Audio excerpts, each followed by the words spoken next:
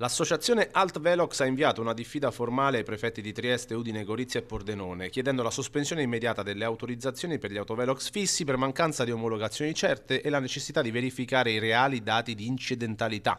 Non la pensano così i sindaci del territorio, come Giuliano Castenetto. È una vergogna, è assolutamente una vergogna che in 2 anni, forse anche 2 e mezzo, non si sia ancora, è stato fatto e poi ritirato il decreto per l'omologazione di questi autovelox. Sembra che i comuni facciano cassa, che ci sia un sistema creato ai danni dei cittadini. Per l'associazione Alt Velox sicurezza stradale sì, ma solo se i criteri di rilevazione sono trasparenti e a norma di legge.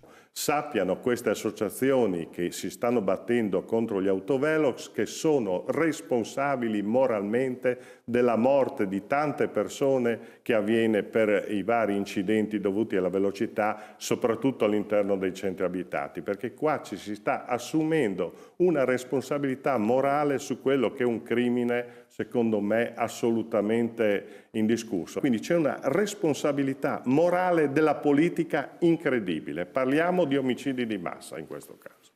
Il sindaco di Premariacco, Michele De Sabata, invece parla anche dei casi dei dossi, come quelli denominati killer dagli stessi comitati, come è accaduto a Cussignacco, sorridendo amaramente per la non adozione di una soluzione logica come i cuscini berlinesi.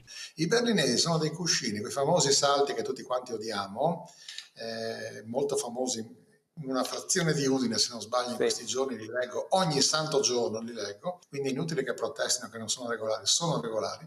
Quel tipo lì invece, il cuscino berlinese, permetterebbe, vengono messi sfalzati, permetterebbero alle biciclette, ai pedoni, alle moto di non schiantarsi e non volare contro gli edifici, permettono il passaggio in velocità dei mezzi di soccorso perché l'asse dei camion è molto più largo del berlinese, quindi passerebbero. Non c'è nessuno al Ministero e a tutt'oggi non c'è nessuno che riesca a definire altezza, larghezza e le misure standard emesse in legge.